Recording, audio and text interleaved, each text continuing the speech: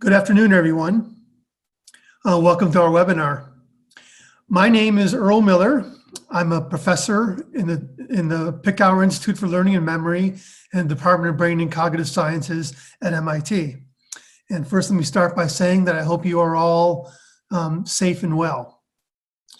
So in case you don't know me, what I do, our laboratory studies the neural dynamics of cognition. We're interested in cognitive functions like working memory, attention, decision-making, and so on. And to understand the neural mechanisms underlying cognition, we perform multiple electrode recordings in non-human primates, rhesus macaques, performing cognitive demanding tasks. And you'll see examples of these tasks throughout my talk. We use electrode arrays that allow us to look at local circuitry within brain areas, microcircuitry, if you will, and also macro circuitry, the interactions between brain areas that are distant or in separate parts of the brain. And today I'll be talking about two types of measurements we can make from these microelectrodes, and that is spiking activity, pulses of individual neurons, as well as local field potentials that are the average activity of lots of neurons underneath each recording electrode that gives insight into what populations of neurons are doing. And those LFPs are particularly useful for looking at network properties. Today's topic will be working memory. Working memory is a temporary holding of information online to make it available for further processing. When you think about things, when you hold things in mind, when you make plans, when you move thoughts, when you bang thoughts around your skull, you're using working memory. But importantly, one of the take-home messages from this talk is that working memory is not just short-term memory. Your brain has many examples, at least several examples, of short-term memory buffers. What makes working memory special is volition. We have control over working memory. We decide what to think about. We decide when to act. We decide if we need further information. We decide when to make a decision. Volition is what makes working memory special because it gives us executive control over thought and action. Rather than just be creatures that can just respond to the environment, we can interact with the environment in our own way. So, this talk will be a brief survey of some older results in my laboratory, and then a more in-depth look at new data and a new, maybe not a new model working memory, but an update to the standard model working memory. Okay? So when we talk about executive control and volition, executive control requires what is called top-down information. Top-down information, bottom-up information is the sensory information coming into your brain. Top-down information is the knowledge your brain gleans from its interactions from the outside world. Top-down information is the rules of how our world works. What's appropriate in certain situations, inappropriate in certain situations. What goals might be available out there, and what plans have been successful in achieving those goals in the past or similar goals in the past. So just our knowledge of how the world works. And a major function of the prefrontal cortex is to absorb and use top-down information to plan and execute goal-directed behavior and also suppress counterproductive behavior. Essentially, your prefrontal cortex, which is at the front of your head, behind your forehead, above your eyes, is the brain's executive. It's not the only part of the brain involved in goal-directed behavior or executive control, but it is the main part of the brain. It's the main part of the brain whose function is to give us executive control over thought and action. So I'll begin with one of our earlier studies one of the first studies showing a distillation of top-down information in cortex, and prefrontal cortex in particular. And then I'll move on to how this folds into our new view of working memory. Okay? So another example of top-down information came from a study that our laboratory did in collaboration with Tommy Poggio's lab. David Freeman, a graduate student in my lab, and Max Riesenhuber, a graduate student in Tommy's lab, spearheaded this work. And what we wanted to know is whether there was neurons in the brain, whether the prefrontal cortex and other brain areas, whether they can really absorb top-down information in a way that distills the essence of what's needed for a given goal-directed task and throw away irrelevant details. So what we did is we used you took three prototype cats, 3 prototype dogs, and we use a morphing algorithm that morphed or blend the shapes between these prototypes. So look across this line here. This cat is gradually becoming this dog. This dog is gradually becoming this cat. So we have a smoothly varying shape space here. But we trained the monkeys that anything that was more than 50% cat was by definition a cat. Anything more than 50% dog was by definition a dog. And we could draw this line anywhere or even change its orientation, retrain the monkeys, you get the same effects. The point is we have this smoothly varying shape space where the shapes, these cat and dog shapes are smoothly changing, but a sharp dividing line that separates one from the other. And the goal of this task was for the monkeys to figure out what makes a cat versus what makes a dog. And they did so very well. Now what this morphing algorithm allowed us to do is disentangle physical appearance from category membership. Category membership is the top-down information the monkey needed to solve this task, where the exact physical appearance was something that could be boiled away, thrown away, was unnecessary. And we could do this because here's our boundary here, our 50% boundary. You notice that this cat right here, right across the cat-dog boundary, this cat looks very much like this dog. So they look alike, but they're in different categories. At the same time, different members of the same category, like this house cat here and this mountain lion here, could look very different from one another. So we were looking for neurons that distill this top-down knowledge about the category membership of these shapes and throw away the irrelevant details about the exact physical appearance. And that's what we found. Here's an example of a single neuron in the prefrontal cortex. What the tiles show are all the different cat stimuli we used for that day on the left. The right shows all the different dog stimuli we used on that day. And the color indicates how much that neuron activated, how many spikes that neuron gave off to each of these different cat or dog stimuli. And as you can see, this neuron and many others like it, this neuron gave lots of spikes, lots of impulses for all the different cat stimuli in a pretty similar fashion, and gave fewer spikes or no spikes to all the different dog stimuli. So this neuron is neatly separating cats versus dogs, so it's sensitive to the category membership of these stimuli, but it is insensitive to what the stimuli look like because you get pretty much the same activity to all the different cats and all the different dogs. So again, category membership encoded in neurons in the prefrontal cortex, irrelevant details about appearance, throw it away.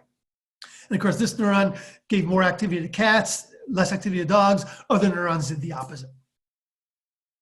Now, another example of this came from Andreas Nieder. When he was in my lab, he trained monkeys to recognize small numbers 1 through 5, across a wide range of different looking displays. Just a small example of this is on the bottom of the figure here. And what we found is that neurons in the prefrontal cortex track the numerical values of the displays. So here's an example of a single neuron here. Here's spikes per second, how many impulses the neuron is giving off on the y-axis. Time is on the x-axis. There's gray areas when the monkey's viewing one of these displays. And this particular neuron gave the most activity whenever a display had 4 things in it, and progressively less activity for 3 or 2 or 1 things.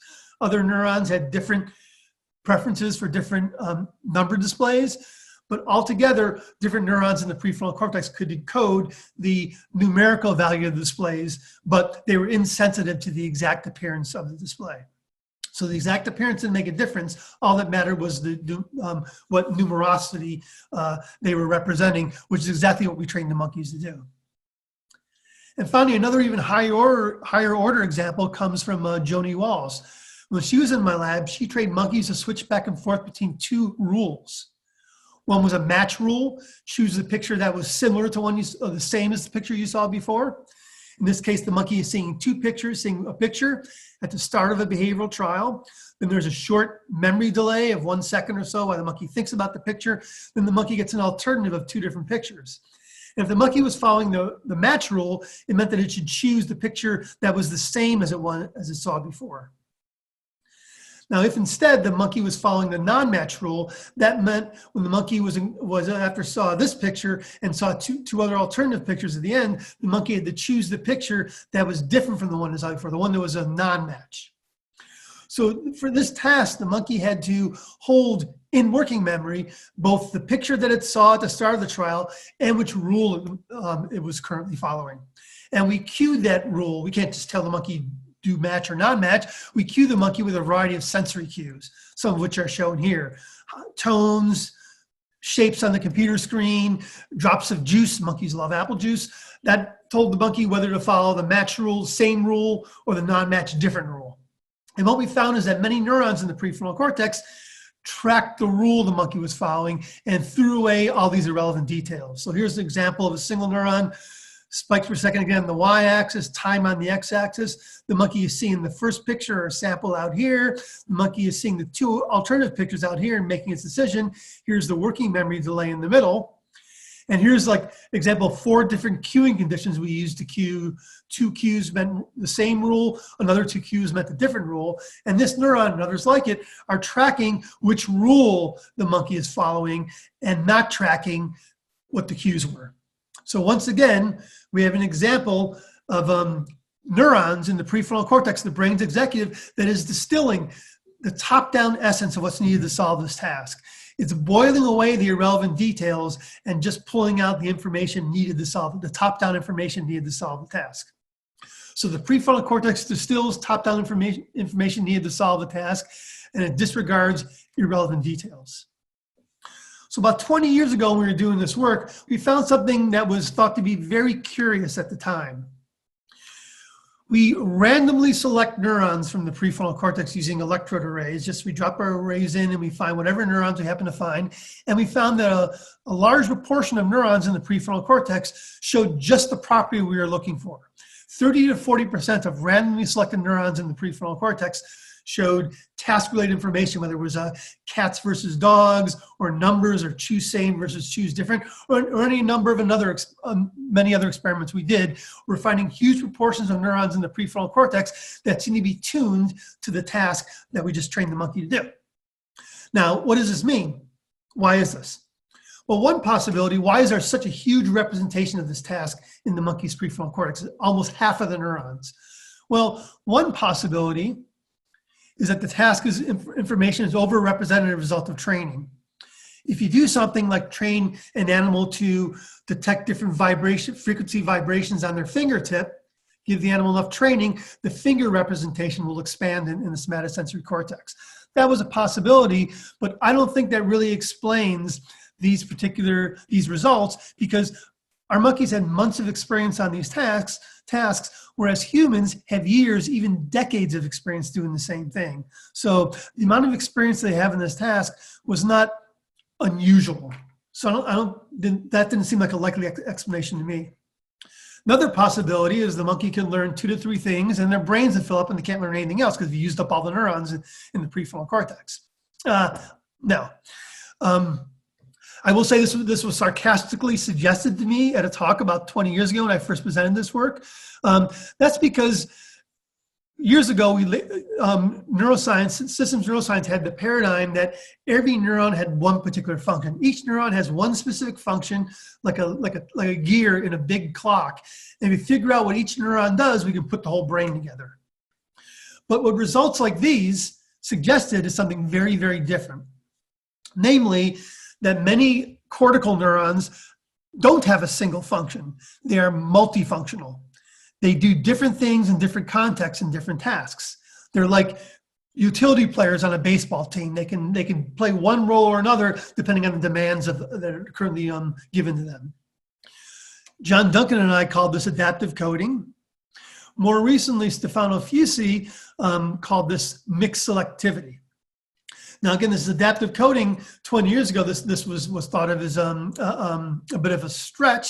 In fact, a senior investigator accused John Duncan and I of turning the cortex into a bowl of porridge by suggesting that neurons are multifunctional. But I'm happy to say that since then, this finding has been replicated over and over and over again. But more recently, what Stefano Fusi did is he examined he made computation models that examine the properties of mixed selectivity to show why it's important that the cortex has these multifunctional neurons. And what Stefano showed with his computational modeling using data from our laboratory is that mixed selectivity adds computational horsepower. If you want to do high-level cognition, you need mixed selectivity. What it does is these multifunctional mixed selectivity neurons creates a high-dimensional representational space. A lot of information is intermingling in the same networks of neurons, so information can be, arbitrary information can be put together really suddenly to create new rules, new tasks, new whatever. And you know, most of what we do day-to-day basis are these arbitrary rules, like red means stop and green means go. We can pull together arbitrary bits of information and make a spontaneous new rule. And that's what mixed selectivity provides, this high-dimensional representational space where that can happen. The other thing it allows is solving of more complex problems. Stefano showed that when you have a network model where every neuron does one thing, it only can learn very simple problems. It can't learn very complex, especially nonlinear type problems. It also provides greater storage capacity by using our neurons recorded from our laboratory, as a measure of how much information these networks of neurons can store. What Stefano showed is that if you have a neural network model where every neuron does one thing, it can learn a handful of tasks, then quickly runs out of storage space.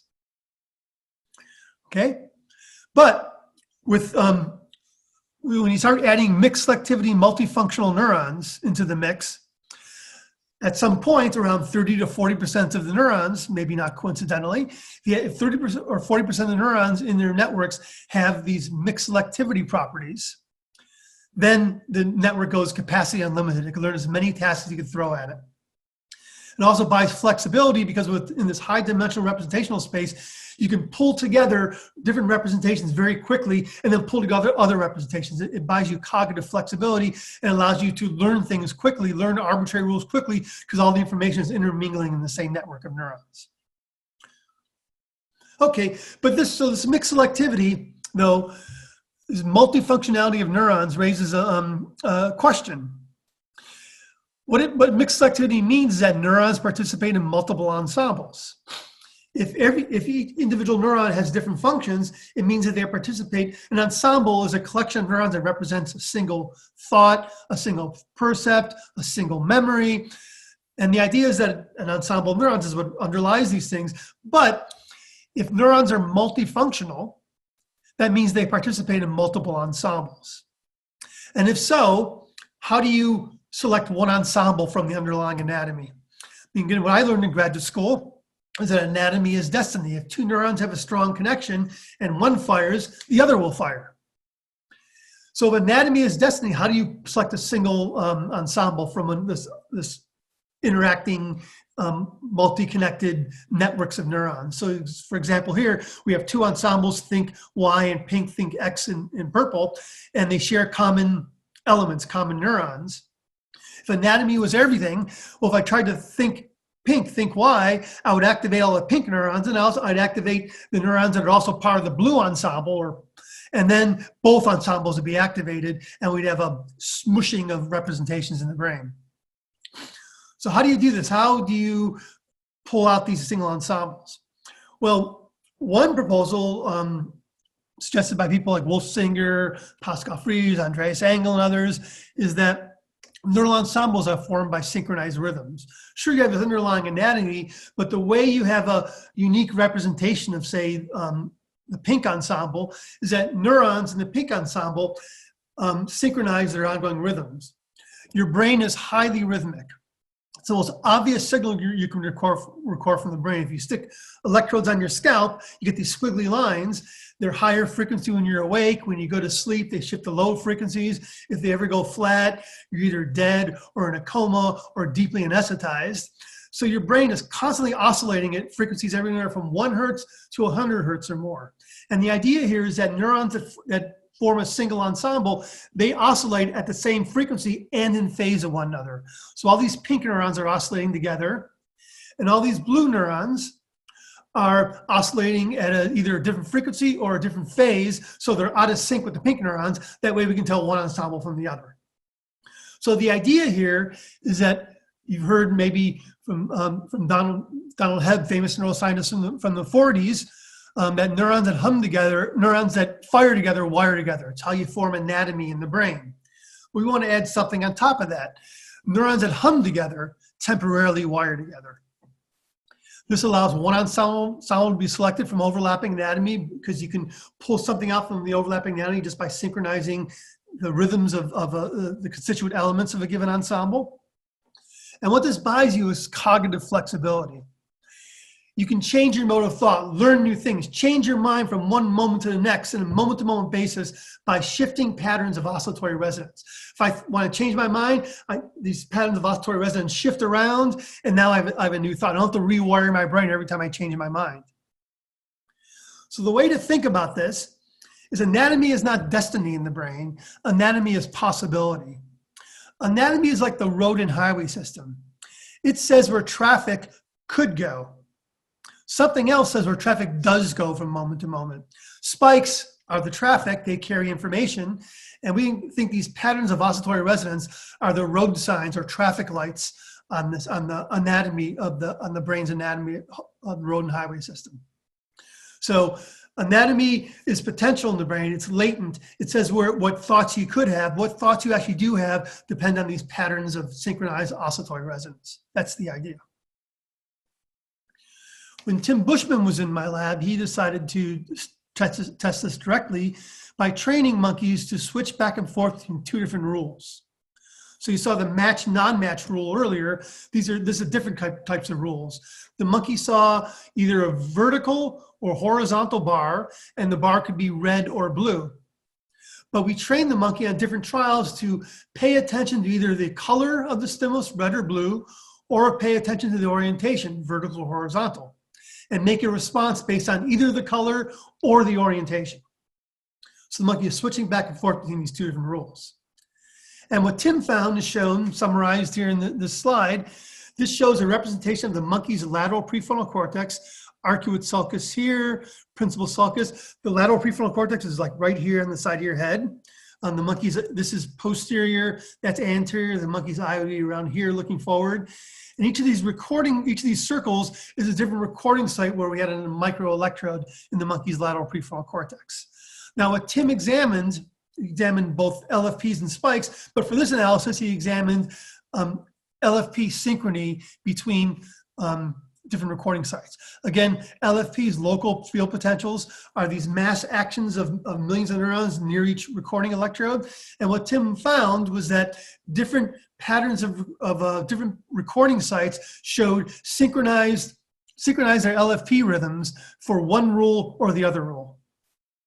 Now we looked across all frequencies from 1 hertz to 100 hertz for these sort of like synchronized patterns that corresponded to the rules, and we found them only in the beta range, 12 to 30 hertz.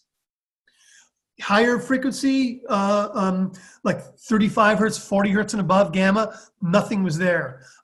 Lower, I mean, there was oscillations going on there, but they didn't form these synchronized patterns.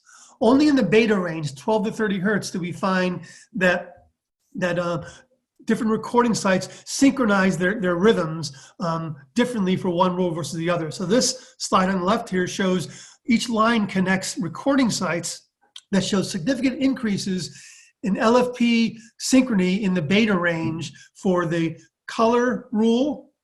And on the right here are the lines are connecting the pairs of recording sites that showed an increase in beta band LFP synchrony whenever the monkey was following the orientation rule.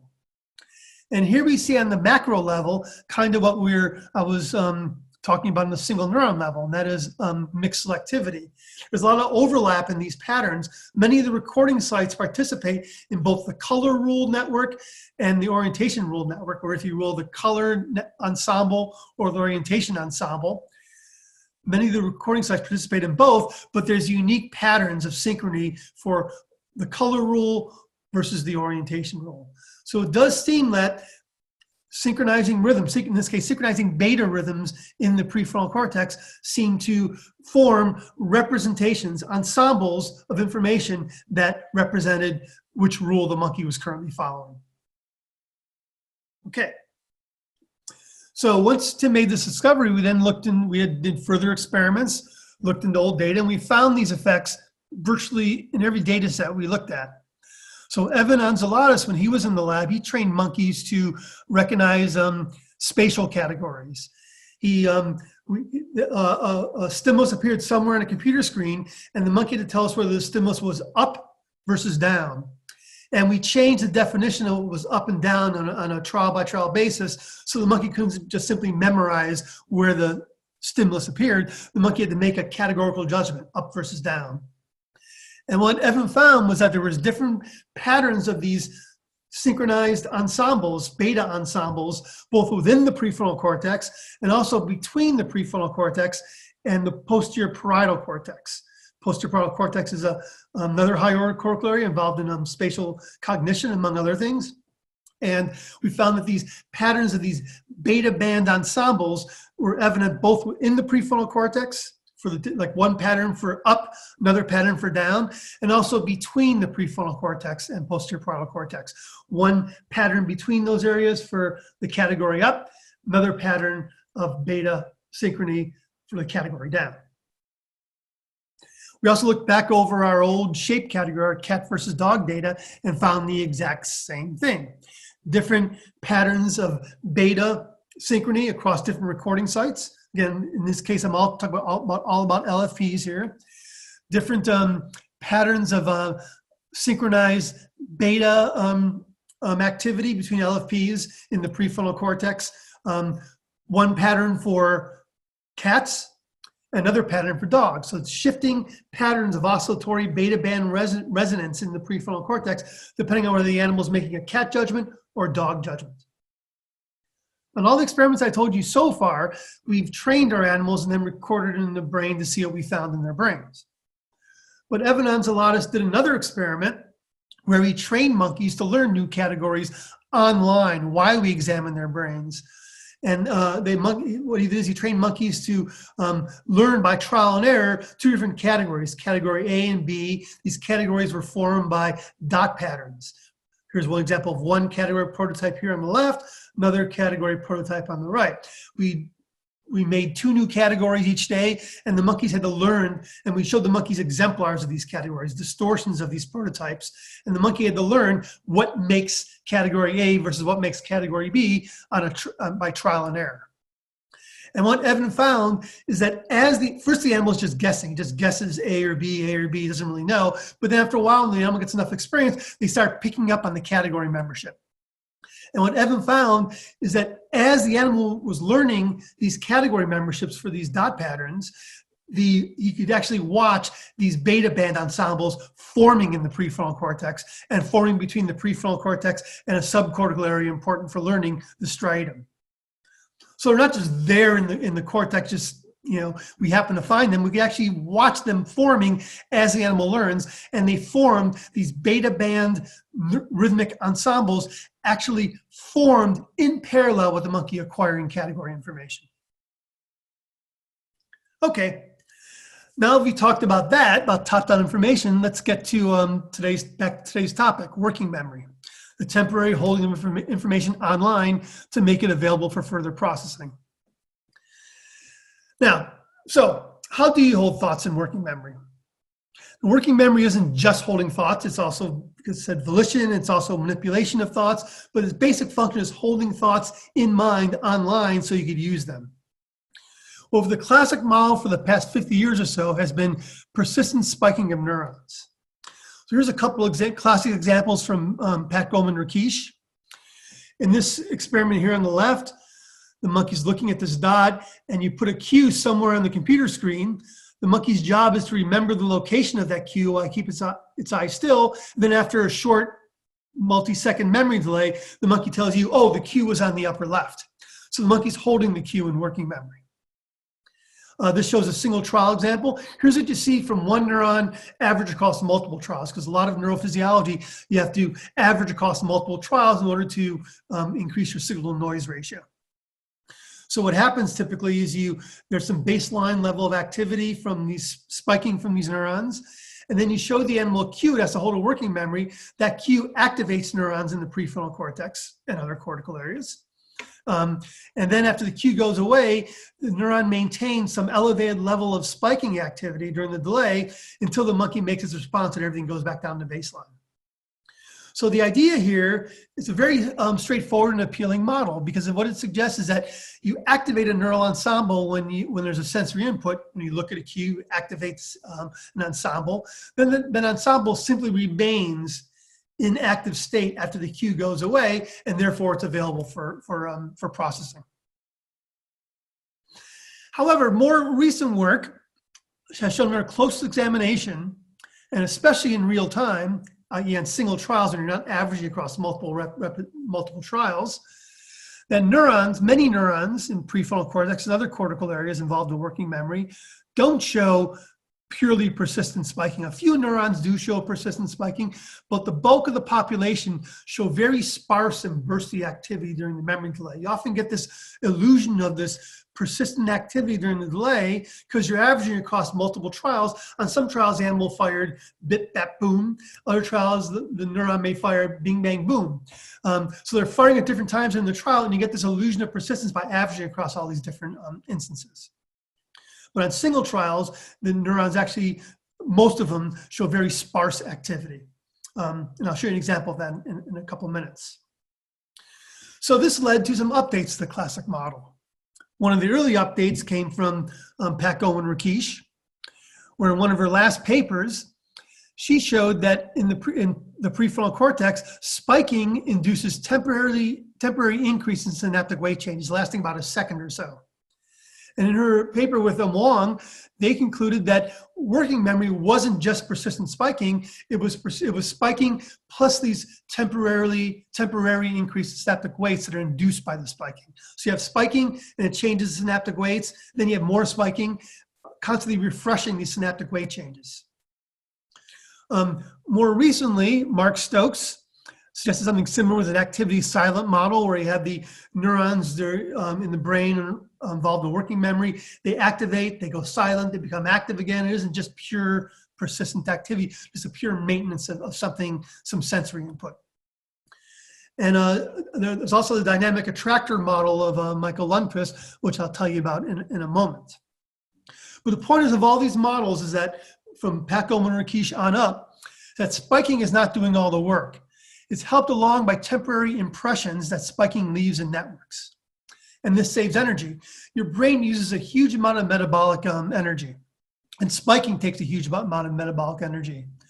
So this idea of persistent spiking never really sat well with me. So I thought, why would evolution like to conserve energy?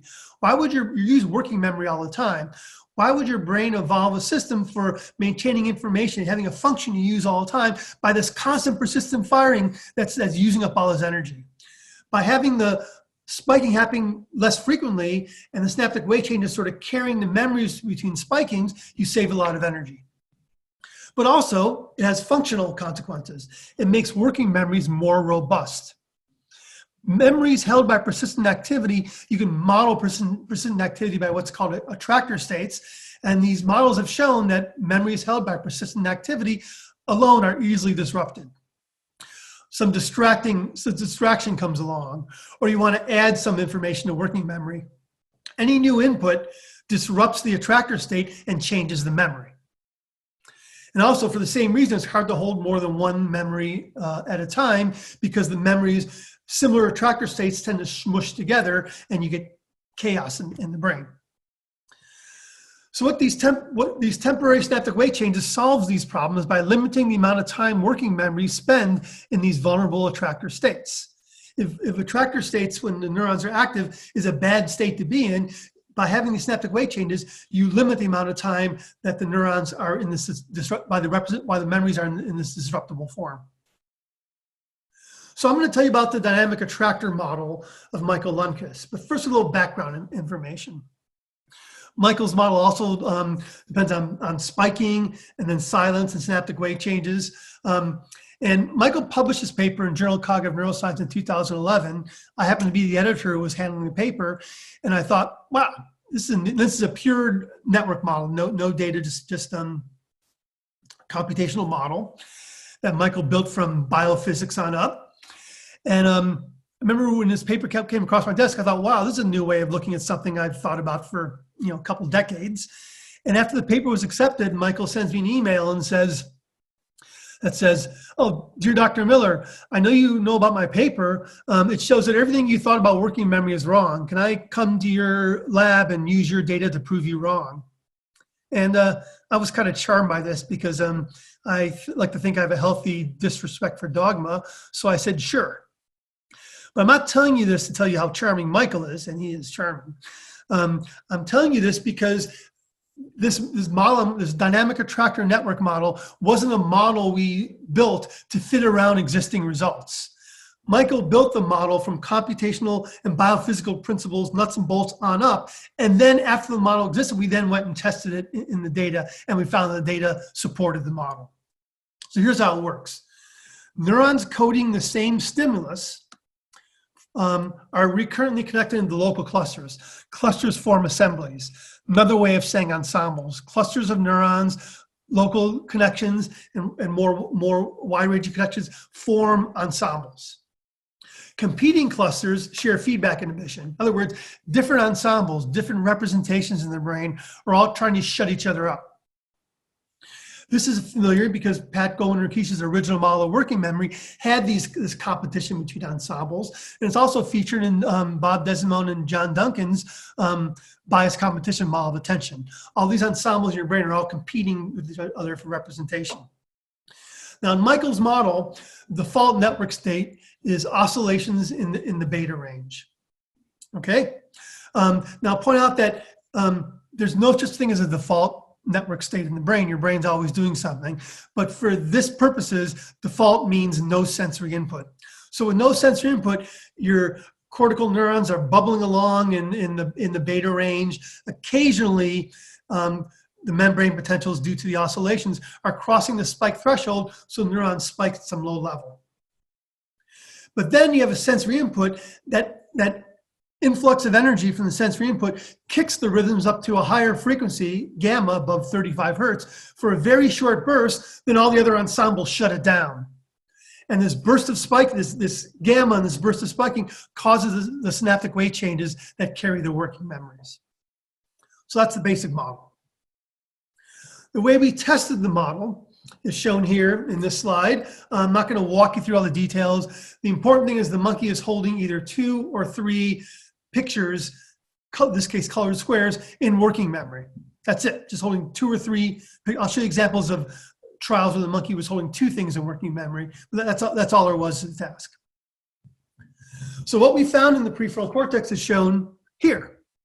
This is an example of just a single trial, not averaging, just a single trial. It shows the LFP power in the local field potentials at different frequencies. Power is in color, red is high power, blue is low power. Frequency on the y-axis, and here's time during the trial.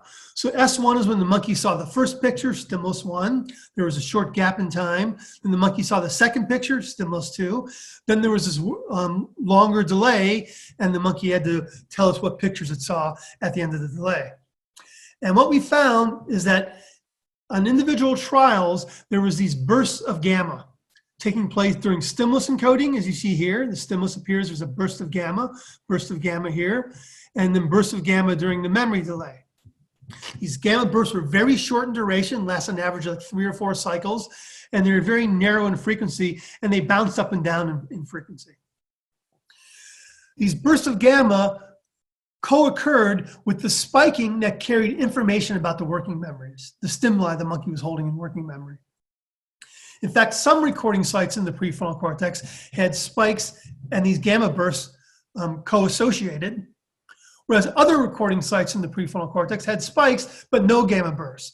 But only the gamma burst sites, only the sites that had this co-occurrence of gamma bursting and spiking are the ones that carried working memory information.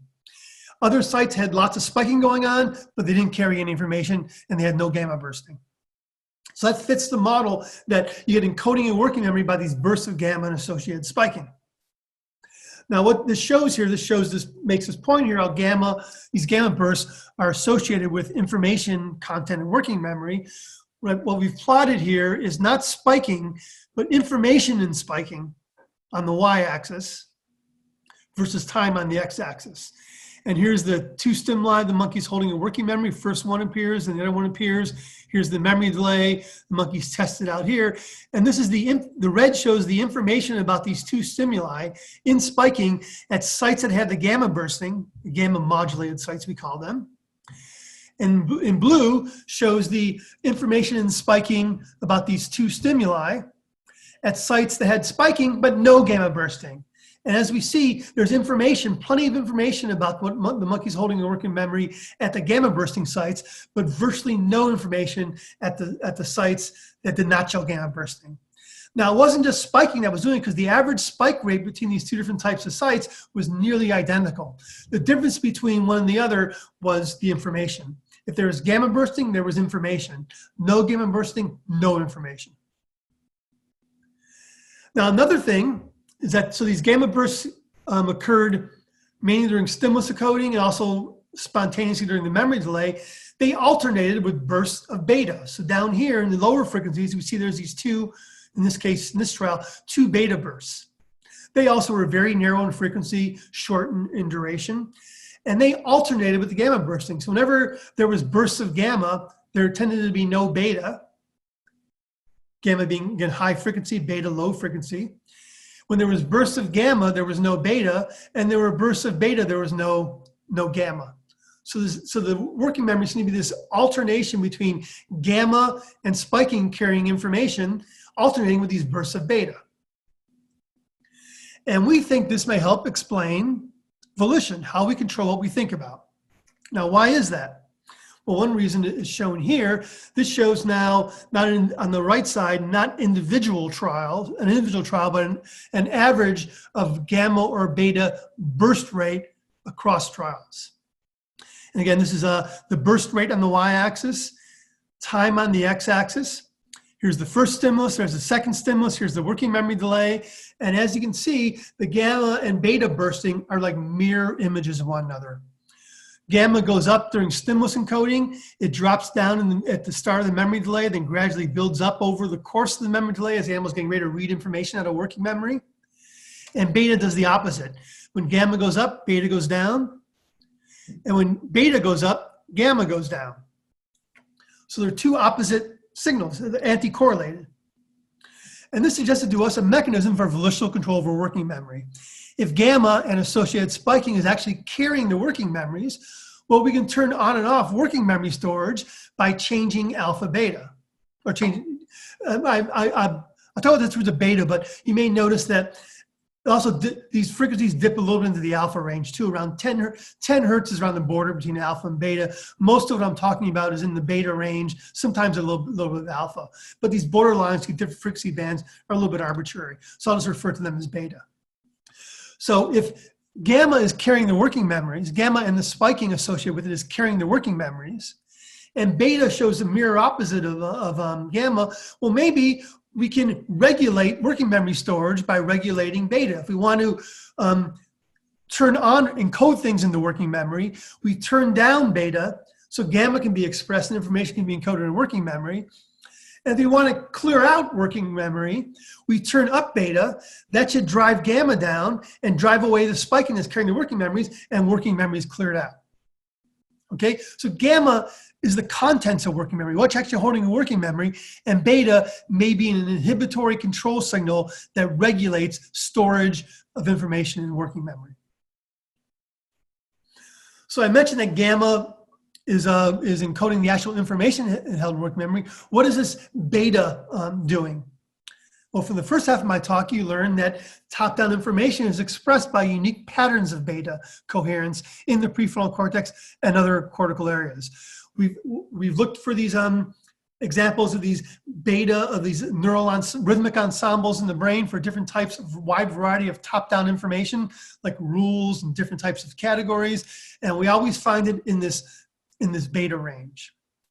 And importantly, it isn't just that, it isn't beta power that's carrying the top-down information. It's patterns of beta, different patterns, different beta rhythmic ensembles.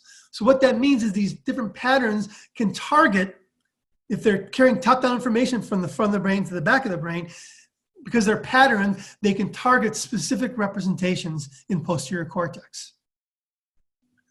So, in other words, beta-gamma interactions may provide a means for top-down knowledge carried by this patterned beta synchrony to regulate the processing of bottom-up information, sensory information carried by gamma. So in order to look more carefully at this, Andre Bastos, who's currently in the lab, and Roman Lunis, they decided to look at the microcircuitry in different cortical columns that support these beta-gamma interactions. Now, a standard recording electrode has a recording surface just on the very tip where we record individual neurons or local LFPs. Andre and Roman use these laminar probes that have multiple contacts along the shaft, so it can record from all layers of cortex simultaneously.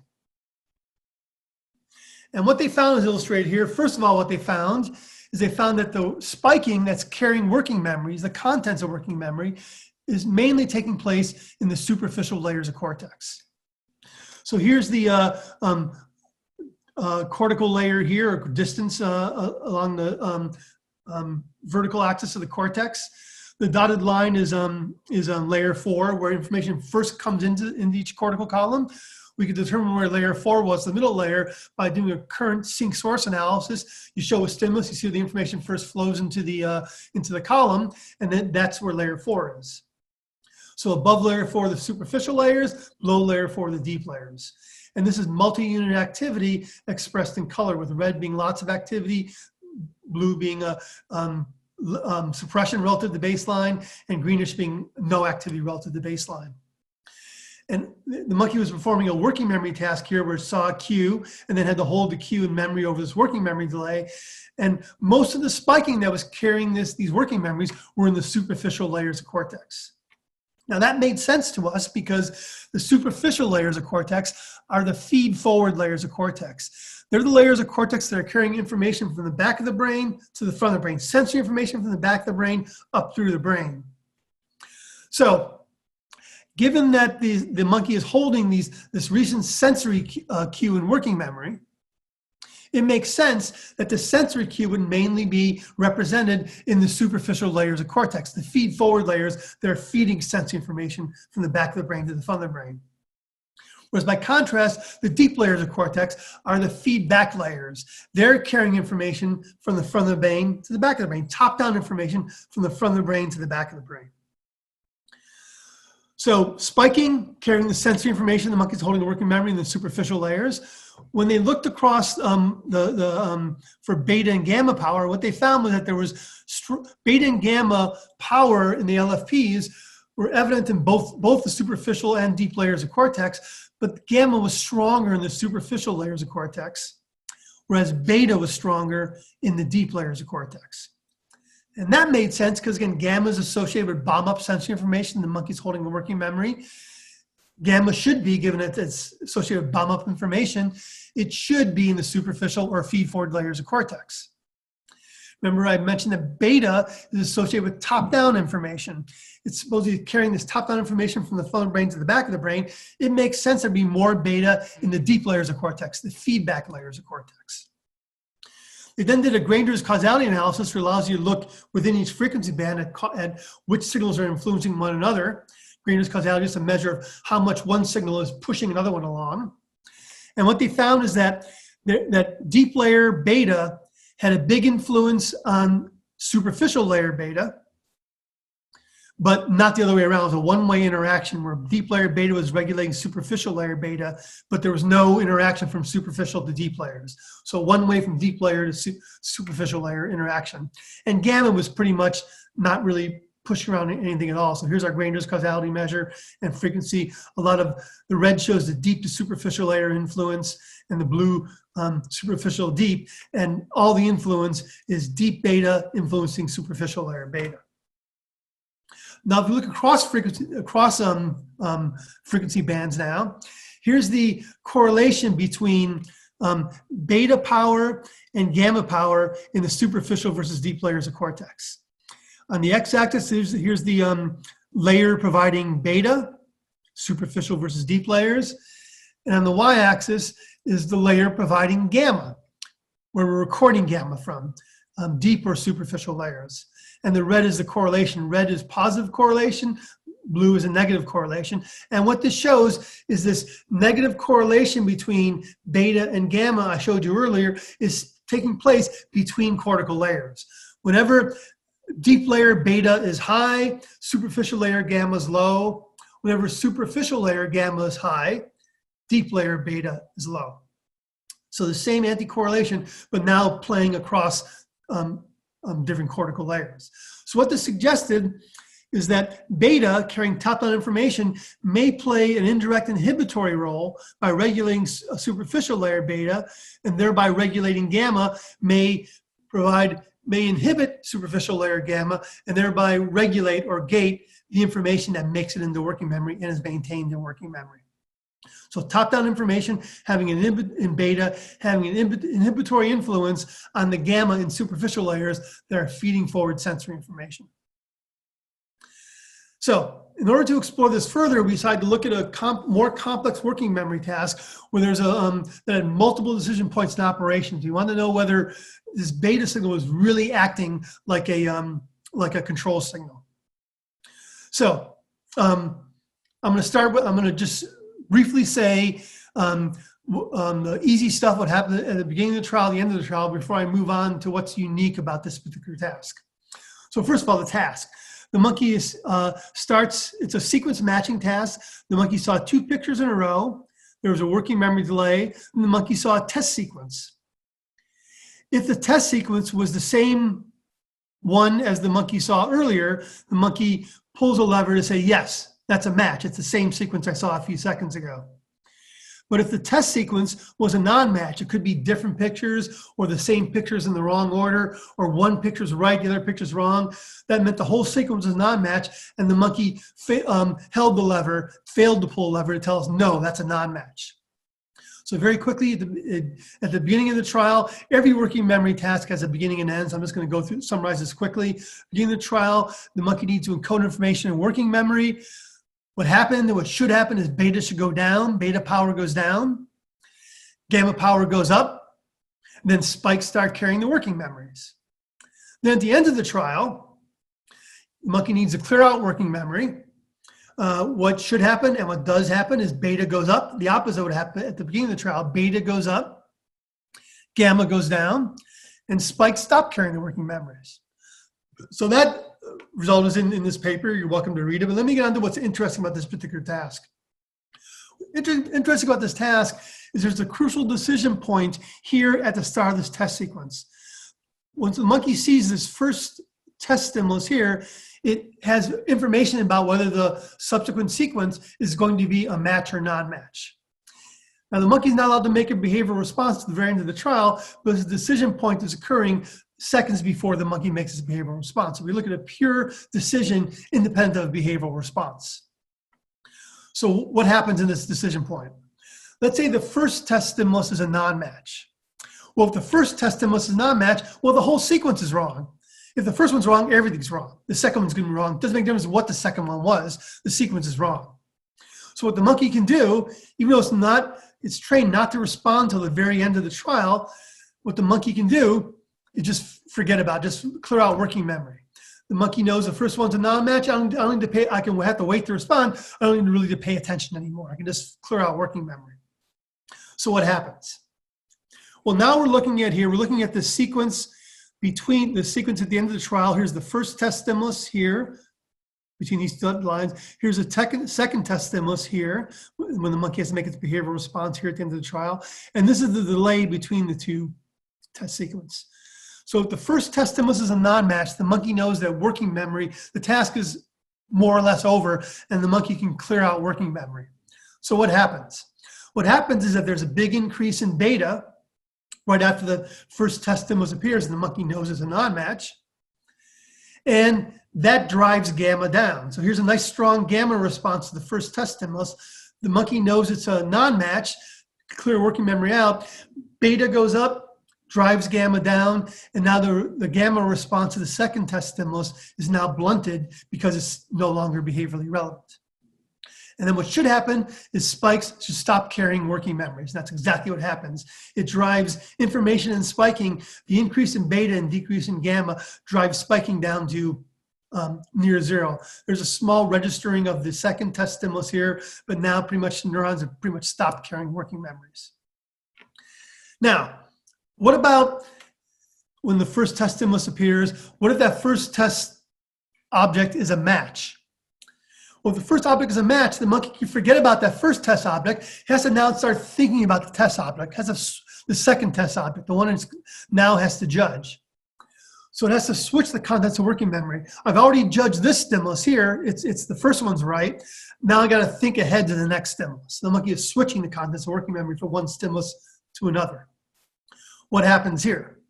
Well, what happens is that it's something similar but distinctly different from what you saw earlier. Here's again our sequence of the two test stimuli out here at the end of the trial. Now there's a short latency but short duration increase in beta.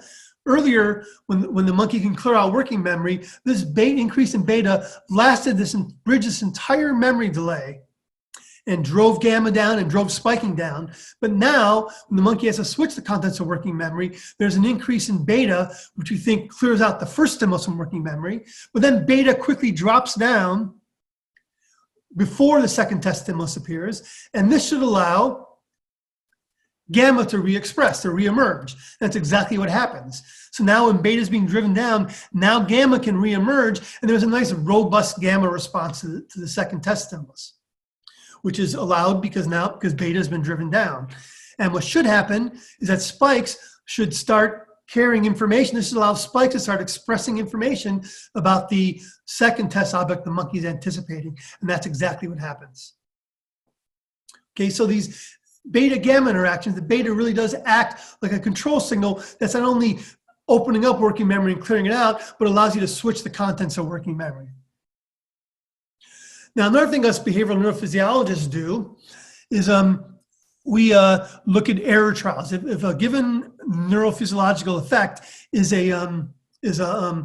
think is behaviorally relevant, well, if it's relevant for like performance of this task, for example, well, it should go haywire when the monkey makes an error. Now, in this particular task, the monkey was making a lever response at the end of the trial.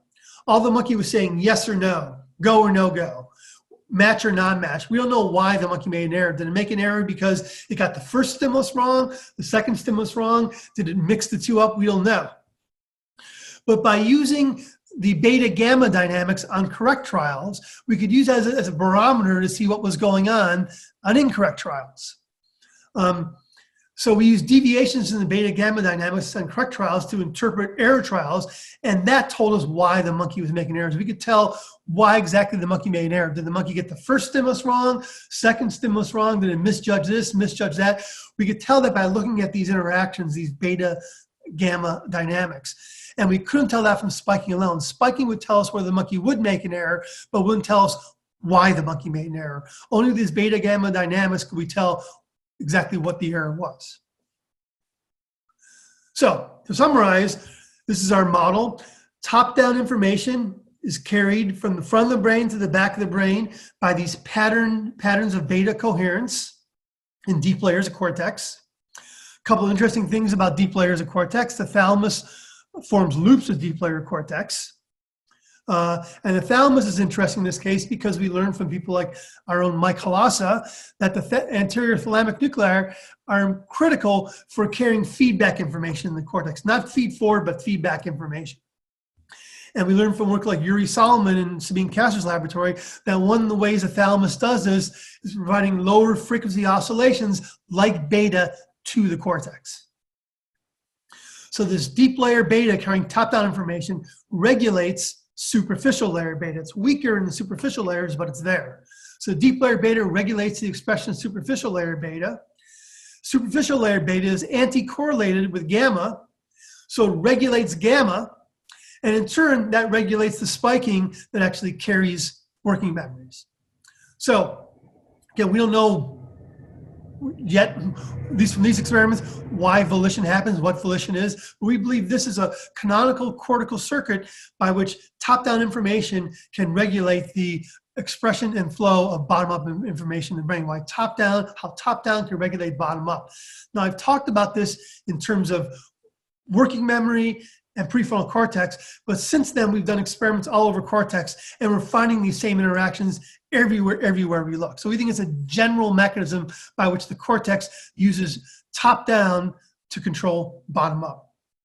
And in fact, Andre Bastos in the lab has just completed a series of experiments where he shows that these patterns of beta, top-down beta, can actually target specific representations in visual cortex. The animal's going to predict a particular stimulus. Well, the beta effects are strongest at the places in sensory cortex and visual cortex that represent that stimulus. So that's it. I thank you for listening. Thank you for joining our webinar. I also want to thank all the people in my laboratory who do all the really hard work in conducting these experiments. Here's the laboratory here and a few friends. And I'd also like to thank our funders, of course. And I'm happy to, I thank you for your attention. And I'm happy to take any questions now. Thank you.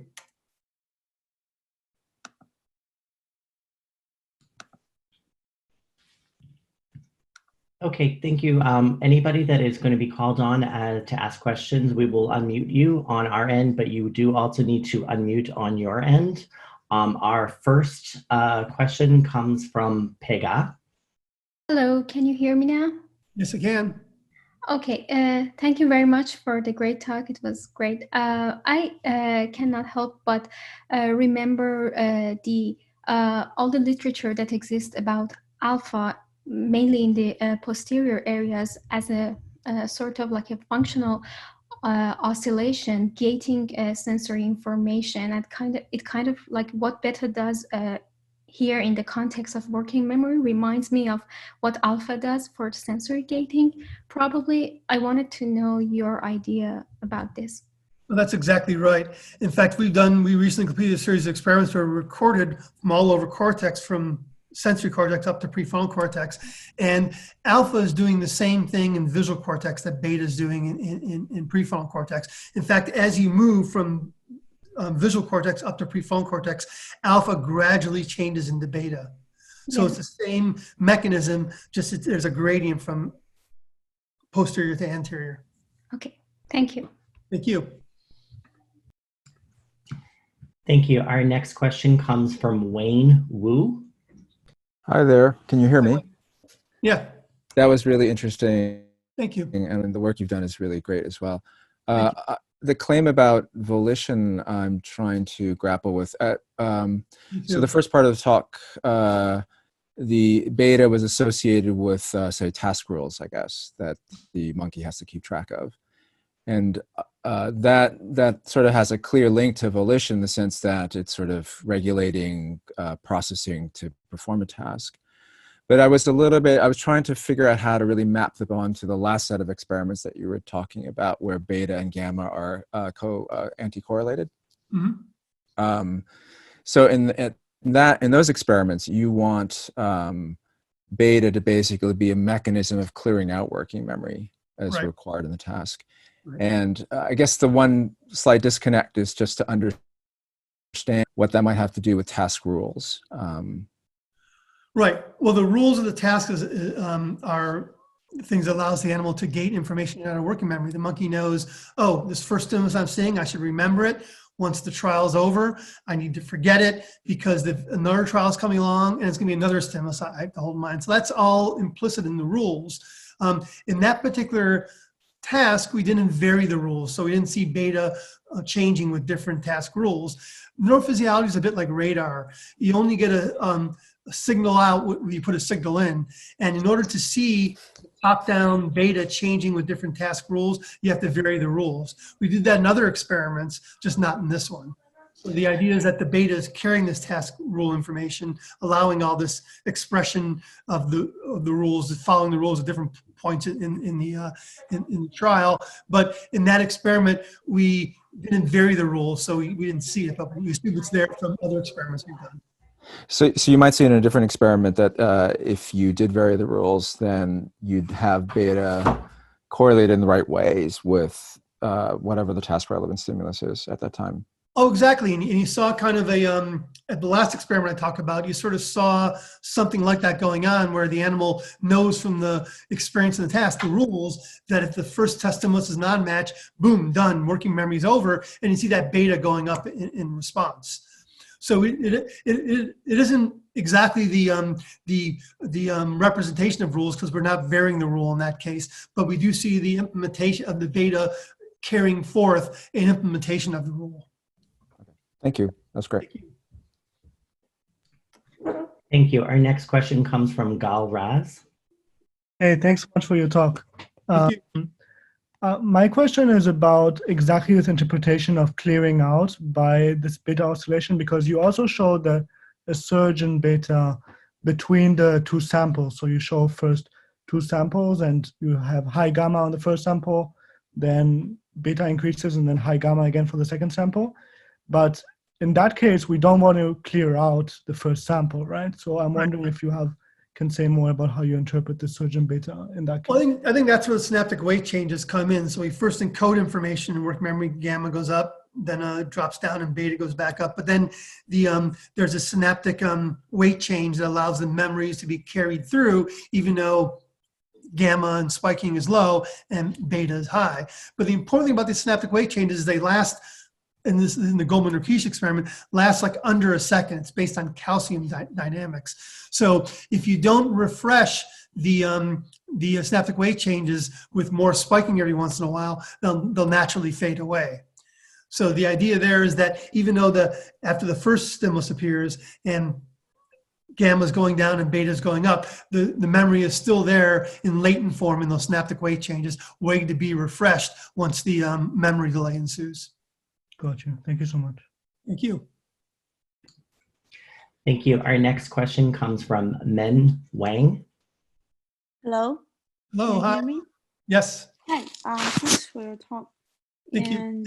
So I have a question about the paper of, I think it's from Tim Bushman, 2012 Neuron. Mm-hmm. So that's why you show a beta organized network, right? Yes. According to the color or orientation. So did you also analyze that one in resting states?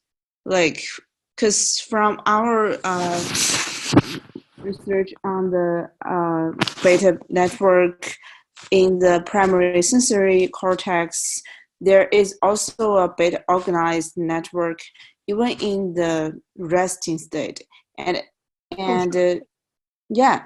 also if you are in a behavior task like sensation or something, the beta organized network will even reduced. Sure. I mean, the important thing to remember is that, when a trial's over and the monkeys or whatever human or animals waiting between trials, the brain doesn't just turn off. It's doing all sorts of other things. It's thinking about other things, and they're going to be driven by these kind of dynamics. Now, since we're not studying those we don't have control over what the monkeys or animal or human is thinking between trials. We can't tell what the beta dynamics are corresponding to, but presumably they're operating the same between trials as they are within a trial. Just that within a trial we can tie it to rules and content because we know what the animal should be doing. So and this sort of reminds me of it's a bit reminiscent of like default state network kind of things where you get lots and lots of default state activity, default network activity in the brain when a subject's lying in a scanner doing nothing, and then you start the trial and all of a sudden activity goes down. Well, the reason why that happens is because when the subject is lying in a scanner or a monkey's sitting in a chair or something and not doing the task, the monkey's thinking about a dozen things, or the human's thinking about a dozen things like, why the hell am I lying in the scanner and how much am I being paid for this and stuff like that. But then the trial starts and now you're narrowing the focus down to one thing. So there'll be a corresponding narrowing of activity once the brain focuses from whatever thoughts are popping in their head into a single thought. So yeah, you do see this high beta during the during the intertrial interval. That's because the brain's doing its own thing in that case. And it drops down to a different level and then varies along that different level in the trial because now the animal's thinking about one thing at a time. Okay, next question comes from Mastwalls. Hi, thank you. My question was regarding the learning of the task. It seems like the goal for learning these categories and rules is the reward that the animal would learn by, and that may involve the neuromodulation and dopamine or other neuromodulators. I was curious about what your thoughts were on how those neuromodulators would affect the formation of the categories and rules and the beta patterns in the frontal cortex. Oh, sure.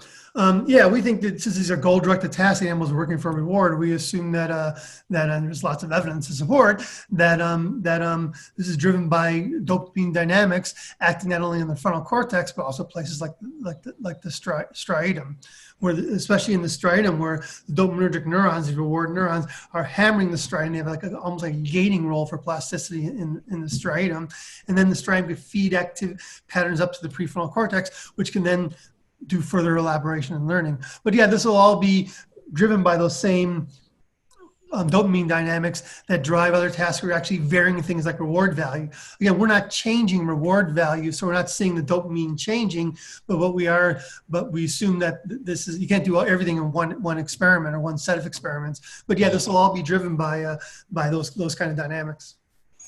Do you think the dopamine has any direct role in actually formation of those beta patterns? Well, I think it plays a role in changing synaptic weights. In that sense, yes, it will. I mean, that's what the animal's learning these. There's two things going on here. There's the temporary changes in synaptic weights that are happening when you're holding a particular stimulus in working memory, and those are not going to be dopamine driven. They're going to be just results of spiking and temporary impression. But then you want to learn something for the long term, then you have to change synaptic weights more permanently, and that's where the dopamine is going to come in for that. Right. Okay, thank you very much. Sure, thank you. Thank you. Our next question comes from Cooper Penner. Hi, Dr. Miller. Appreciate your time and your decades of work. My question is about your network model of rule learning. And I guess in my own mind, I'm just having trouble balancing sort of all those interconnected beta nodes, and the discretized nature of beta.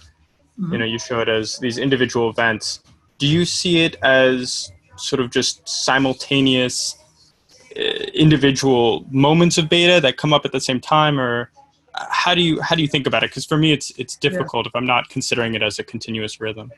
Yeah, locally, the activity in beta and gamma bursts tend to be synchronized. When I mean locally, I mean within the vicinity of a recording electrode. But as you move farther away to other recording sites, they're not synchronized. So the beta, you're filling space with these beta and gamma bursts,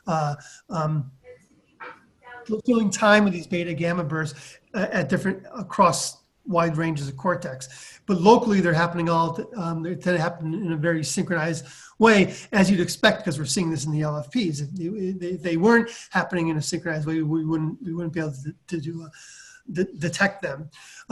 What's interesting about, if you look at things like, if you look across things like the average low frequency, like beta, or even lower frequency theta, you see cognition actually waxing and waning in a rhythmic way.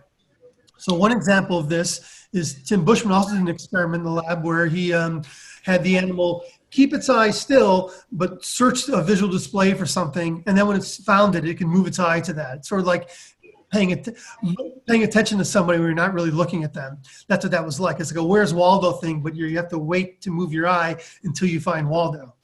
In that case, we see that if you look at the average beta across the frontal eye fields, which is the posterior part of the prefrontal cortex, you see that the animal's moving of its mind's eye, searching for this Waldo, is happening in beta rhythms. They're synchronized with the beta rhythms in the frontal eye fields. Okay, so cognition, even at a higher level, is rhythmic in this fashion. And the exact frequency can change from task to task. Like, for example, Sabine Kasser did a series of experiments where the monkey also did a Where's Waldo experiment, but now the monkey was allowed to move its eye around the computer screen to find Waldo. In that case, found the same sort of thing that Tim Bushman found, only found in lower frequencies, theta. Now, why the shift to lower frequencies? The reason is you don't move your eyes 4 times a second.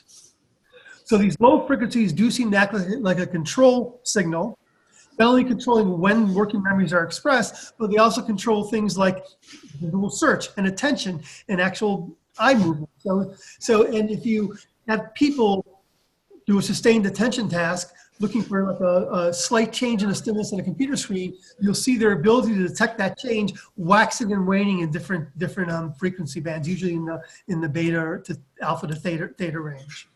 So I hope that's a question. Yeah, no, it does. Thank you. And we see something similar in our data and deeper structures. So awesome. I was happy to hear your talk. Thanks. Great. Thank you. Our next question is from Carolina Ferreira. Hi, Carolina. Unmute. There you go. Yeah, hi. So great talk. Thank you for sharing your work with us. I'm a clinician, so my question is a bit more clinically oriented. So working memory dysfunction is like a common prodrome symptom in patients with schizophrenia. Do you think alterations in the burst of gamma, alpha, beta with stimuli could be associated with this? Sure. Andre Bastos in the lab is working on extending this beta gamma working memory model to predictive coding. And the idea is your brain's constantly making predictions about what it expects to see next. And the idea is that the beta is carrying these predictions and suppressing gamma at representations back in visual cortex that represent recording sites in the visual cortex that represent the stimulus the animal is expecting. And that's how predictive coding works. You want to suppress things you predict that are coming because they're not very informative. You knew they were coming. Now, why do I mention predictive coding? Because it's been proposed that deficits in predictive coding can explain a lot of neuropsychiatric disorders like autism. In autism, every stimulus is a new stimulus, a violation. The beta predictive mechanism is somehow weak or the gamma is overwhelming it. And as a result, you don't suppress anything and everything gets passed forward. You get gamma for everything. Schizophrenia has also been proposed to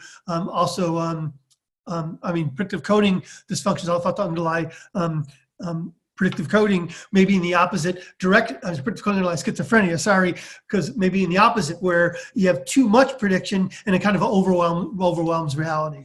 I'm not a clinician, but I can see ties to these different things. Thank you. Sure.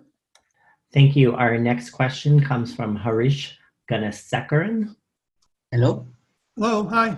Hi, Professor. It was a great talk. I just have one question. I was quite intrigued by your intuition analogy between the anatomy with highways and the spikes with the traffic and the rhythms as the signboard or the traffic light, right? Mm-hmm. That's right. So my question is where is the source of this kind of oscillations in the first place? At the first place, what is the origin of these oscillations? Is it localized to one particular microcircuit, or it is an emergence from the interactions of multiple circuits? Well, we think it's an emergent property of interactions, both locally and depending on excitatory and inhibitory balance interactions between neurons. But it can be shaped by things, which is how the brain can then co-opt it for use in top-down transmission of information. Okay. How the brain manages to get volitional control over its own thought and actions in that way, we could talk about interactions in cortex and basal ganglia and the thalamus and recursive loops that closed anatomical loops that allow recursive processing, throw dopamine in there to tell you what's important to learn, build on that in a recursive fashion, and somehow you get the actual volitional signal. That's a tough question. If I had the answers to all that, we would have the brain largely figured out. We just think that this cortical circuit that I talked about is the infrastructure by which this stuff acts. Okay. Thank you, Professor. Thank you. Next question is from Jin Kim.